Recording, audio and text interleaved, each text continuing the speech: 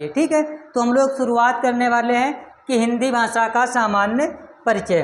तो सबसे पहले जो आएगा यहाँ पे शुरुआत करते हैं हम लोग कि हिंदी भाषा की उत्पत्ति, कि हिंदी भाषा की जो उत्पत्ति है वो कब हुई और कहाँ से हुई है, उस बारे में हम बात करने वाले हैं। तो सबसे पहले आता है भाषा जो हमारी होती है, तो भाषा शब्द हमारा कहाँ से लिया गया है और इसका मतलब क्या है। ठीक है, तो भाषा शब्द संस्कृत की भाष शब्द से लिया गया है। किससे लिया गया है, यहाँ पे हलंत होता है, भाष शब्द से बना है, जिसका अर्थ होता है बोलना। जिसका अर्थ क्या होता है, भाषा शब्द जो है हमारा, जो भाषा शब्द है वो कहाँ से लिया गया है, वो संस्कृत भाषा से लिया गया है।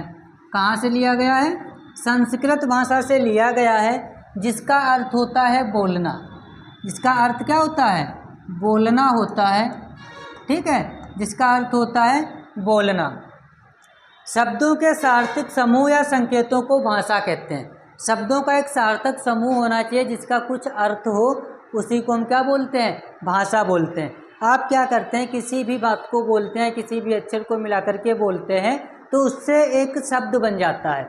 जब शब्द बनता है, शब्द का एक सार्थक रूप होता है और उससे उसका एक कुछ न कुछ अर्थ निकलता है। ठीक है, तो उसको हम क्या बोलते हैं, भाषा बोलते हैं। अब इसके आगे चलते हैं हम लोग।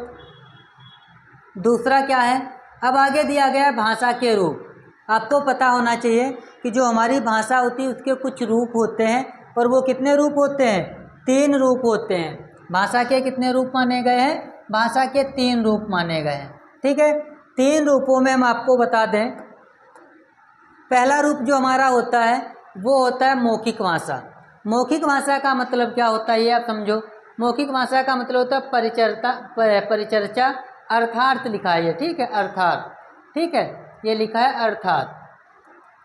ठीक है, अर्थात विस्तृत व्याख्या का मौखिक रूप है।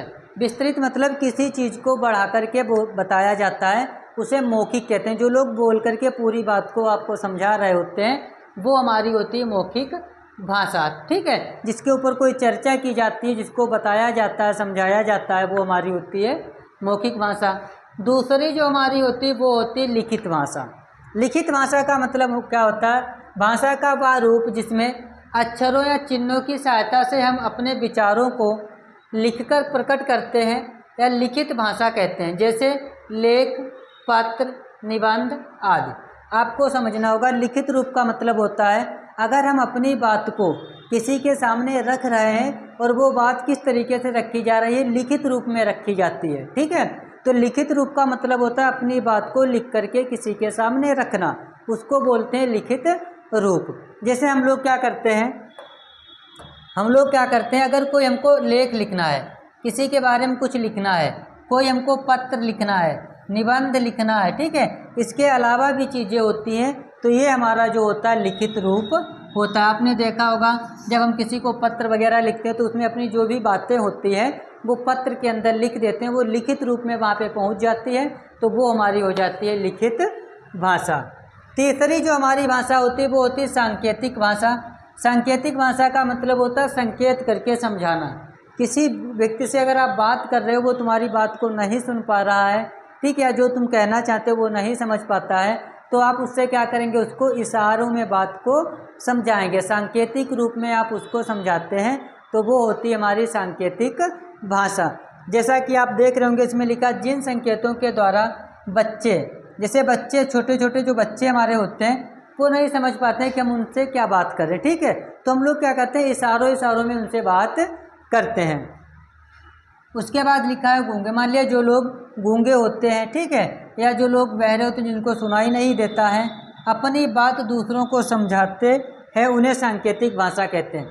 जिन लोगों को सुनाई नहीं देता, जो लोग बोल नहीं पाते, या छोटे छोटे जो बच्चे हमारे होते हैं, इन लोगों से क्या करते हैं लोग कि सांकेतिक रूप में बात करते हैं, संकेत इशारा करके बात करते हैं। और इसके अलावा तुमको पता ही है कि तुम लोग कहाँ पे इशारे वाली बात करते हो, किस तरीके से इशारे करते हो। ठीक है, तो वही वो भी तुम्हारा क्या होता है, सांकेतिक भाषा होता है, जो तुम लोग इशारे के रूप में बात करते हो। समझ में आ रहा है तुम्हारा?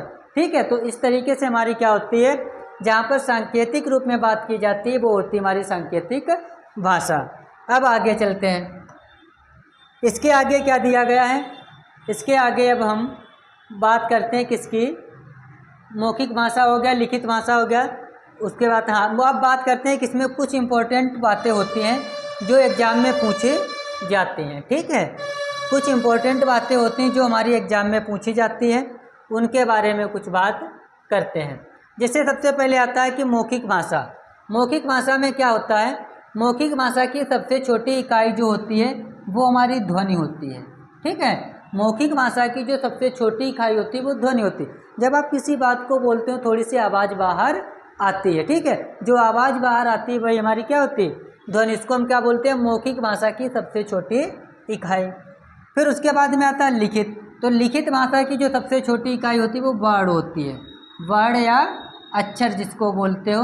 तो ये क्या होती है, सबसे छोटी इकाई होती है लिखित भाषा की। ठीक है, अब बात करते हैं जबकि भाषा की सबसे छोटी इकाई वर्ड या अक्षर होती है। अब बात ये है कि यहाँ पे पूछ दिया जाएगा, अगर उसने पूछ दिया कि मौखिक भाषा की सबसे छोटी इकाई क्या है, तब आपको क्या बताना है, तब आपको ध्वनि बताना है। ठीक है, अगर आपसे पूछ दिया जाता है कि लिखित भाषा की सबसे छोटी इकाई क्या है, तब आपको वर्ण बताना है। अगर आपसे पूछा जाए कि भाषा की सबसे छोटी इकाई क्या होती है, तब भी आपको वर्ण या अक्षर ही बताना है। फिर बात करते हैं जबकि भाषा की सबसे, फिर उसके बाद आता है इसका विकास कैसे हुआ। देखो, सबसे पहले ध्वनि, फिर बनता है वर्ण, फिर उनसे बनते हैं शब्द, शब्द से बनता है पद, और पद से बनता है वाक्य। ये एक सीरियल में आपसे पूछा जाता है कि हिंदी भाषा का जो विकास हुआ वो किस तरीके से हुआ। ठीक है, उसमें सबसे पहले ध्वनि, फिर वर्ण, फिर शब्द, फिर पद, और इस तरीके से एक सीरियल होता है। ये कई बार एग्जाम में पूछा जा चुका है और हो सकता है इस बार भी पूछ सकता है। ठीक है, तो ये आपको याद करके रखना है। अब बात करते हैं भारतीय आर्य भाषा की। ठीक है, कि भाषा कब आई, कब इसका विभाजित की गई, कितने पार्टों में की गई, उसके बारे में बात करते हैं। सबसे पहले आता है हमारा भारतीय आर्य भाषा। ठीक है, भारतीय आर्य भाषा की अगर हम बात करते हैं तो भारतीय आर्य भाषा को 3 कालों में विभाजित किया गया। अगर आपसे पूछा जाए भारतीय जो भाषा हमारी है, आर्य भाषा है, उसको कितने कालों में विभाजित किया गया है, तो आपको बता देना है कितने कालों में विभाजित किया गया है। 3 कालों में विभाजित किया गया है। पहला होता है कि प्राचीन आर्य भाषा, जिसका समय माना जाता है 1500 ईसा पूर्व से 500 ईसा पूर्व तक। ये जो हमारी होती प्राचीन आर्य भाषा होती है। दूसरी जो हमारी पूछी गई है मध्यकालीन भारतीय आर्य भाषा, जिसका माना जाता है 500 ईसा पूर्व से 1000 ईस्वी तक। 500 ईसा पूर्व से 1000 ईस्वी तक माना जाता है। फिर आ जाती है हमारी आधुनिक भारतीय आर्य भाषा, जिसको 1000 ईस्वी से अब तक माना जाता है। 1000 ईस्वी से अब तक जो प्रेजेंट टाइम पर चल रही है। फिर उसके बाद में आता है हिंदी का विकास क्रम। हिंदी का विकास किस तरीके से हुआ, उसका एक क्रम होता है। ये भी कई बार पूछा जा चुका है। ठीक है, तो इसकी अगर हम बात करते हैं, सबसे पहले संस्कृत, संस्कृत के बाद पाली, पाली के बाद में प्राकृत, प्राकृत के बाद में अपभ्रंश, और अपभ्रंश से हिंदी भाषा का विकास हुआ है। इसीलिए यहाँ पे क्या आता है आगे आपको बताएंगे अपभ्रंश से कौन कौन सी भाषाएं बनी, उपभाषाएं बनी हैं। ठीक है, तो इसी तरीके से आपको याद रखना है, संस्कृत, संस्कृत के बाद पाली, पाली के बाद प्राकृत, प्राकृत के बाद अपभ्रंश, अपभ्रंश के बाद हिंदी। इस तरीके से आपको ये सीरियल याद करके रखना है। ठीक है, उसके बाद आगे चलते हैं, राजभाषा के रूप में हिंदी का विकास। ठीक है, विकास नहीं, राजभाषा के रूप में जो हिंदी हमारी किस अनुच्छेद में है, कितने भाग हैं, कितनी भाषाओं का उल्लेख किया गया है। तो राजभाषा का सामान्य अर्थ मतलब राजकाज की भाषा। अगर आपसे कोई पूछता है कि राजभाषा का अर्थ क्या होता है, तो इसका मतलब होता है राजकाज की भाषा। जो तुम्हारे राज्य में किसी कार्य को करने के लिए जो गवर्नमेंट कार्य होते हैं, राजकाज की भाषा कहलाते हैं। जैसे इसमें लिखा है, राज्य या प्रशासन की भाषा को राजभाषा कहा जाता है। किसी राज्य के अंदर, ठीक है, अगर उस प्रशासन के द्वारा जो कार्य किया जाता है जिस भाषा में, उसे राजभाषा कहते हैं। ठीक है, कोई भी आपके द्वारा काम किया जाता है या राज्य के द्वारा कार्य किया जाता है, प्रशासन के द्वारा कार्य किया जाता है, उसे राजभाषा कहते हैं। इसमें कुछ चीज़ें इंपॉर्टेंट हैं, उनको आप याद करके रखेंगे। जैसे यहाँ पे लिखा है 14 सितंबर 1949 को हिंदी को संविधान सभा द्वारा भारत की राजभाषा घोषित किया गया। कब घोषित किया गया? 14 सितंबर 1949 को हिंदी को क्या घोषित किया गया? संविधान सभा द्वारा राजभाषा के रूप में घोषित किया गया। उसके बाद इसलिए 14 सितंबर को प्रतिवर्ष हिंदी दिवस मनाया जाता है। ये कई बार पूछा गया कि हिंदी दिवस कब मनाया जाता है, तो आपको बताना है 14 सितंबर। कब मनाया जाता है? 14 सितंबर को मनाया जाता है। ठीक है। उसके बाद में आता है भारतीय संविधान के भाग 17 में अनुच्छेद 343 से 351 तक राजभाषा का उल्लेख किया गया है। अनुच्छेद अगर आपसे पूछ देता है कि किस अनुच्छेद कहाँ से कहाँ तक, तो 343 से अनुच्छेद 351 तक जो है हिंदी भाषा का परिचय दिया गया है संविधान के अंदर। अगर पूछा जाए कौन से भाग में, 27 भाग में। अनुसूची जो है वो हमारी 8वीं अनुसूची है, जिसमें 22 भाषाओं का उल्लेख किया गया है। कितनी भाषाओं का उल्लेख किया गया है? 8वीं अनुसूची में 22 भाषाओं का उल्लेख किया गया है। बहुत बार पूछा गया है कि संविधान में 8वीं अनुसूची में कितनी भाषाओं का उल्लेख किया गया, तो आपको बताना है 22 भाषाओं का उल्लेख किया गया है, जिसमें से संस्कृत है, हिंदी है, उर्दू है, मलयालम है, तमिल, तेलुगी, उड़िया। ठीक है। उसके बाद असमिया, बोडो, डोगरी, कश्मीरी, गुजराती, नेपाली, मणिपुरी, कोंकणी, सिंधी, मैथिली, कन्नड़, संथाली, मराठी, बंगला और पंजाबी। इस तरीके से ये 22 भाषाओं का उल्लेख किया गया है। कभी कभी पूछ दिया जाता है इसमें कौन सी भाषा का उल्लेख नहीं किया गया है, तो आपको याद करके रखना। देखो संस्कृत है, तमिल है, ये सब कुछ दिया गया है, लेकिन इसमें आपको एक शब्द नहीं दिखाई दे रहा होगा, वो है हिंदी। ठीक है। संस्कृत का उल्लेख किया गया, लेकिन हिंदी का उल्लेख 8वीं अनुसूची में 22 भाषाओं में शामिल नहीं है। ठीक है। उसके बाद आगे चलते हैं। अब आगे बात आती है कि जो हिंदी हमारी है उनकी उपभाषाएं दी गई हैं कि वो किस अपभ्रंश से ली गई हैं, उसमें कौन कौन सी भाषाएं आती हैं और वो किस क्षेत्र में बोली जाती हैं। ठीक है। तो आपसे कई बार पूछा गया, यूपीएससी वगैरह के एग्जाम हुआ पीछे, उसमें पूछा गया है कि कौन सी भाषाएं किस क्षेत्र में बोली जाती हैं। तो सबसे पहले बात आती है अपभ्रंश की। अपभ्रंश में अगर हम बात करें शोर सेनी अपभ्रंश। कौन सा अपभ्रंश? शोर सेनी अपभ्रंश में सबसे पहले आता है हमारा पश्चिमी हिंदी।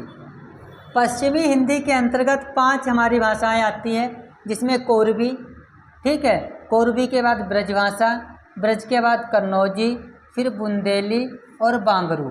इस तरीके से हमारी जो पश्चिमी हिंदी होती है, पश्चिमी हिंदी के अंतर्गत हमारी 5 भाषाएं आती हैं, जिसमें कोरबी, ब्रज, कन्नौजी, बुंदेली और बांगरू। अब बात करते हैं कोरबी जो भाषा हमारी है वो किस क्षेत्र में बोली जाती है। कोरबी दिल्ली, मेरठ, सहारनपुर, बिजनौर इन जिलों में बोली जाती है हमारी कोरबी भाषा। ठीक है। उसके बाद जो ब्रज है हमारा, ब्रज क्षेत्र में बोली जाती है, इसमें आगरा, मथुरा, मैनपुरी, एटा। ठीक है। इन जिलों में बोली जाती है हमारी ब्रज भाषा। कन्नौजी की अगर हम बात करते हैं, इसमें शामिल होते हैं कन्नौज, इटावा, कानपुर, हरदोई, शाहजहांपुर। ठीक है। हरदोई अपना कहाँ आता है? हरदोई अपना आता है कन्नौजी भाषा के अंतर्गत।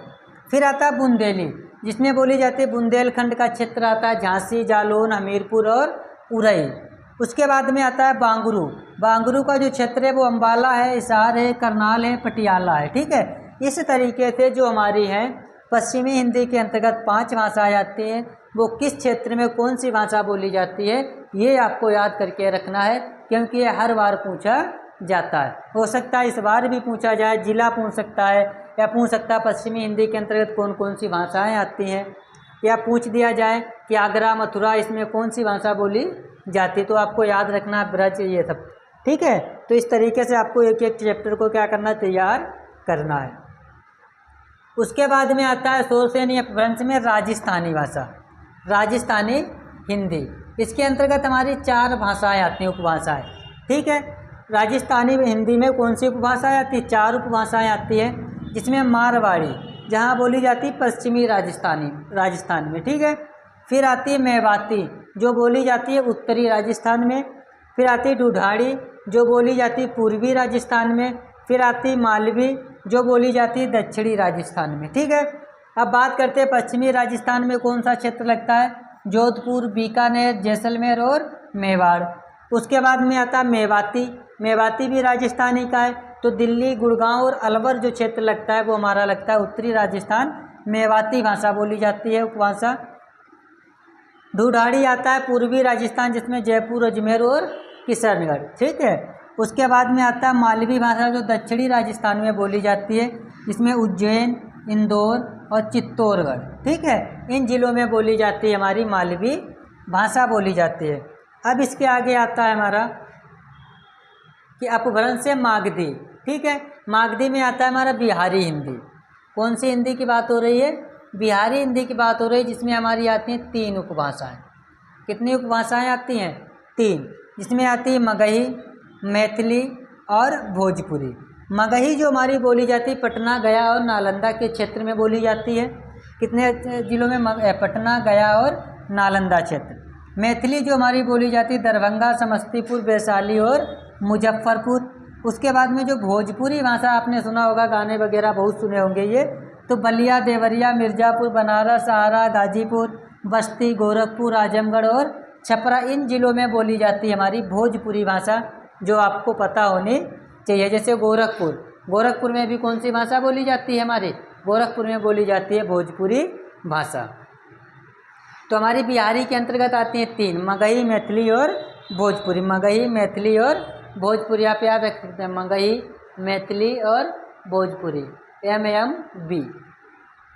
उसके बाद आगे आ जाते हैं हम। आगे जो हमारी बात की गई अर्धमागधी की, अर्धमागधी के अंतर्गत हमारी आती है पूर्वी, ठीक है। पूर्वी हिंदी के अंतर्गत हमारी 3 उपभाषाएं आती हैं। वो कौन सी हैं? अवधी, बघेली और छत्तीसगढ़ी। जो आपको बताया जाता है कि P बराबर ABC, ए का मतलब अवधी, बघेली और छत्तीसगढ़ी आती है। अवधी क्षेत्र जो होता है अवध का क्षेत्र लगता है। अवध का क्षेत्र कौन सा था? लखनऊ, फैजाबाद और रायबरेली। अवधी भाषा जो बोली जाती है लखनऊ, फैजाबाद और रायबरेली में। उसके बाद में आते हैं बघेली। बघेली का लगता है बांदा, चित्रकूट और जबलपुर। उसके बाद आता है छत्तीसगढ़ी। छत्तीसगढ़, रायगढ़ आता है, बिलासपुर आता है और रायपुर, ठीक है। तो इन जिलों में बोली जाती है छत्तीसगढ़ी। तो इस तरीके से इसको आप बहुत अच्छे से याद रखना। ये बहुत बार पूछा जाता है कि पूर्वी हिंदी के अंतर्गत कौन सी उपभाषाएं आती हैं, तो वो 3 उपभाषाएं आती हैं, अवधी, बघेली और छत्तीसगढ़ी। याद करना भी आसान है, आपको याद रखना है ABC, अवधी, बघेली और छत्तीसगढ़ी। इसके बाद में हम लोग आते हैं, लास्ट हमारा साथ बचा है पहाड़ी हिंदी, जो हमारी सोरसेनी अपभ्रंश से लिया गया है, जो हमारी आती है पहाड़ी हिंदी। इसमें 2 उपभाषाएं हैं, एक हमारी है गढ़वाली, एक कौन सी हमारी है? गढ़वाली, और दूसरी हमारी है कुमाऊनी। कौन सी है? कुमाऊनी। क्षेत्र कौन सा लगता है? देखो, गढ़वाली का क्षेत्र जो लगता है टिहरी, उत्तरकाशी लगता है, रुद्रप्रयाग लगता है, देहरादून और हरिद्वार। कौन सा लगता है? हरिद्वार। ये जो क्षेत्र हमारा लगता है वो लगता है गढ़वाली, ठीक है। उसके बाद में आता है कुमाऊनी। कुमाऊनी हमारा नैनीताल आता है, अल्मोड़ा आता है और पिथौरागढ़ आता है, ठीक है। तो ये जो हमारी 2 भाषाएं दी गई वो पहाड़ी हिंदी के अंतर्गत आती हैं, गढ़वाली और कुमाऊनी। तो 2 ही भाषाएं दी गई। इसमें आपको जिले याद रखना है, थोड़ा सा कर लेना है मेहनत। टिहरी, उत्तरकाशी, रुद्रप्रयाग, देहरादून, हरिद्वार, ठीक है। उसके बाद नैनीताल, अल्मोड़ा और पिथौरागढ़। कुछ आपको हिंट भी मिल जाता है, जैसे इसमें क्या लिखा? गढ़वाली, ठीक है। टिहरी उत्तराखंड, उत्तरकाशी, रुद्रप्रयाग, ये सब जिले हमारे उत्तराखंड राज्य में शायद क्या लगते हैं? हरिद्वार भी उत्तराखंड में। ये भी नैनीताल, अल्मोड़ा और पिथौरागढ़, ये कुमाऊनी भाषा होती है जो पहाड़ी हिंदी के अंतर्गत आती है। तो इस तरीके से जो था हमारा हिंदी भाषा का विकास था। अब आपको क्या करना है, इस टॉपिक को अच्छे से पढ़ लेना है। एक बार वीडियोस पढ़ लेना, उसके बाद आपके पास कोई किताब हो उससे पढ़ लेना, रिवीजन जरूर कर लेना, क्योंकि आएगा ज़रूर।